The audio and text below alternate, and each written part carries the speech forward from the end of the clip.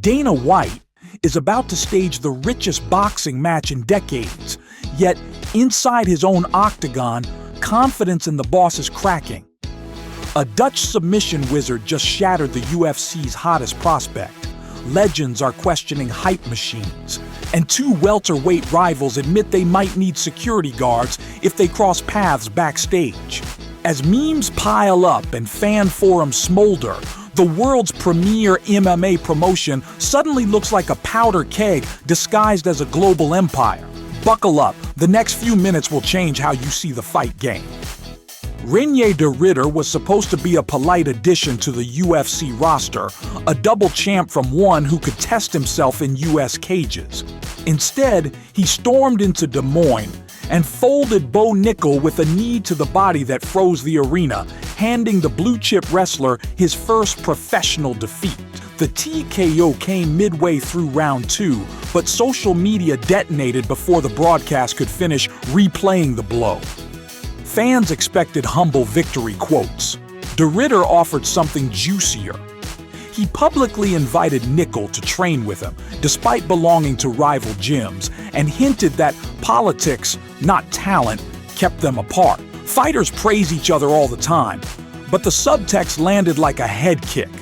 We can level up together if management gets out of the way. That single line turned a routine post-fight presser into a debate about loyalty, opportunity, and the invisible strings matchmakers pull. Malice wasn't his intent, yet tension grew anyway.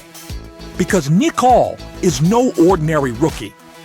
A 3-time NCAA champion, he'd been marketed as wrestling's chosen son, the kind of prospect ESPN anoints before he walks in. When that aura cracked, pundits pounced. Daniel Cormier told viewers on the Good Guy, Bad Guy show that the result proved Nickel simply isn't ready for top 5 sharks and might not be for years. Cormier's jab hurt, but head coach Mike Brown's realism stung more. Brown posted that raw athleticism and wrestling pedigree wasn't enough to overcome what was in front of him, conceding that Nickel's toolbox needs serious upgrades. Overnight, fraud check memes flooded Reddit, and highlight vultures clipped every moment Nickel's defense looked human. De Ridder himself tried to cool the mob, calling the backlash overblown and predicting Nickel would be a killer within 3 years. Yet that reassurance felt small against the tidal wave of hot takes. Nickel's stumble also reignited an old debate. Does the UFC push marketable prospects too fast? Veteran managers argue that the Contender Series pipeline moves fighters along a conveyor belt toward pay-per-view gold before they've absorbed the diverse chaos of real MMA. De Ridder's calm, dismantling, served as Exhibit A. And the UFC's most respected voices are no longer whispering. They're live streaming their concerns, racking up millions of views every time hype meets harsh reality. But the controversy wasn't finished spreading. Just days after Des Moines, former welterweight king Kamaru Usman fired off a warning shot of his own. In an ESPN interview, he said that if he bumps into champion Belal Muhammad backstage at a UFC card, security will have to stand between them. Usman claims he's normally calm outside the cage, yet Muhammad's year-long stream of social media digs flipped a switch he can't ignore. Rivalries like this usually simmer until fight night. Announcing them publicly risks real hallway fireworks. Context matters. Muhammad dethroned Leon Edwards at UFC 304, then spent the next 6 months reminding anyone with Wi-Fi that Usman's time had passed. That might be classic promotional heat, except Usman has barely fought since losing his belt. He's scheduled for a comeback headliner in Atlanta, not a title shot. Trash talk from the throne feels different when the dethroned legend hasn't thrown a punch in nearly 2 years. Add the possibility of a backstage face-off, and suddenly security budgets become part of matchmaking strategy. While welterweights sharpen their barbs, bantamweight contender Sandhagen answered critics with humor instead of hostility.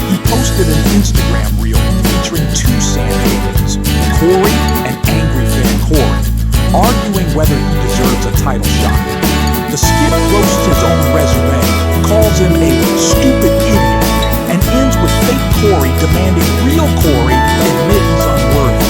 MMA deals often feature highlight knockouts. Sandhagen offered self-deprecation, and it landed harder than any spinning back elbow. In 24 hours, the clip pulled nearly 1 million loops and converted skeptics into supporters who appreciated a fighter clowning himself before anyone else could. The stunt did more than entertain. It illustrated a pivot in fighter branding. When rankings are clogged and call-outs feel stale, a bit of self-awareness resets the narrative. Sandhagen's approach turned the question from, does he deserve the shot? To, why is no one else this refreshingly honest? That subtle shift forced media outlets to cover his personality instead of his questionable win streak, keeping his name in headlines while his rivals scrambled to respond. If fighters are adjusting their tactics, the UFC's frontman is rewriting the entire playbook. Dana White confirmed that the new TKO boxing venture, co-promoted with Saudi power broker Turki Al-Alshi, will debut with Canelo Alvarez versus Terence Crawford on September 12th at Las Vegas's Allegiant Stadium. The announcement merged two pound-for-pound kings, an oil-rich partner, and White's restless ambition into a single headline. For boxing traditionalists, it's modern. For MMA diehards, it felt like a cheat code for the boss to print money while the UFC's own title scenes stagnated. Reaction was swift and split. Boxing media cheered the influx of UFC-style promotion, while longtime MMA fans accused White of moonlighting. Threads titled, "Donna should be stripped of his title," trended on RUFC, echoing Mark Hunt's old lawsuit claims that the president cares more about new ventures than fighter welfare. Some commenters simply asked why John Jones versus Tom Aspinall, or any heavyweight title unification, remains in limbo while White books $100 million boxing spectacles. There's also the Saudi angle. Critics say sports washing. Supporters say unprecedented persons. White counters that fighters will follow opportunity, but skeptics note that big events overseas rarely trickle down to mid-carders grinding out 12 and 12 deals.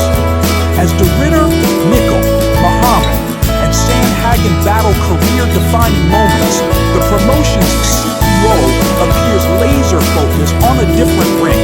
The optics aren't lost on anyone inside the cage. Stack enough of these stories together, and a pattern emerges. Headline hustles on one side, simmering athlete grievances on the other. De Ridder believes politics overshadow talent. Nickel's hype balloon popped because he moved too fast. Usman feels disrespected by a champion who hasn't defended against him. Sandhagen must film sketches to stay visible.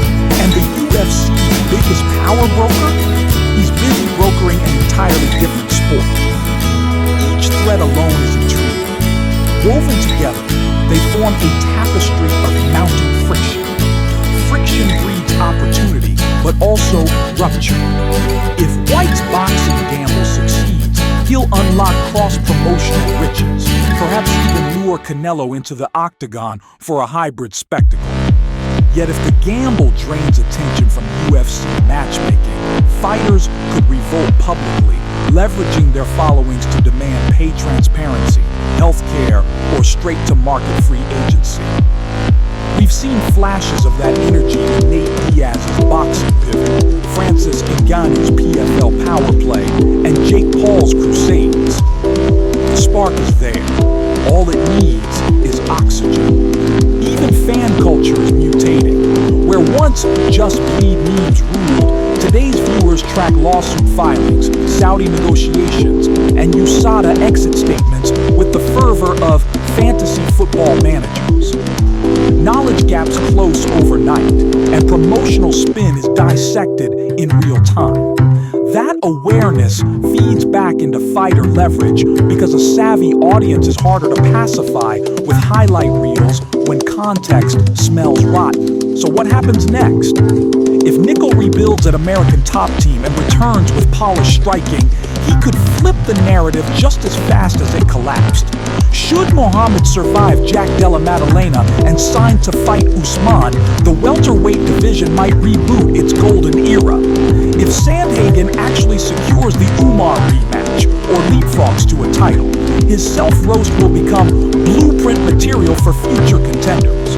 Meanwhile, the Canelo-Crawford payday might finance UFC raises or widen the chasm between megastars and prelim grinders. Everything rests on how stakeholders play the next 12 months.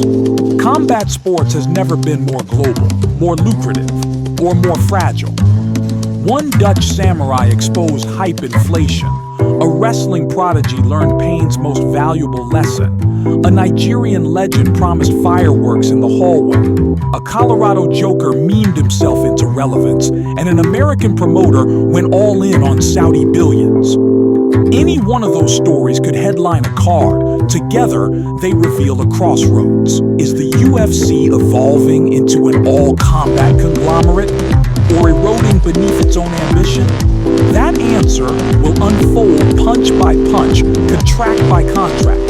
For now, every fighter chasing greatness must navigate an octagon that's starting to feel crowded by cameras, calculators, and crossover dreams. As viewers, we get front row seats to the gamble, so keep your guard up, stay skeptical, and remember, in this sport, the real shock usually lands just after the crowd thinks the round is over.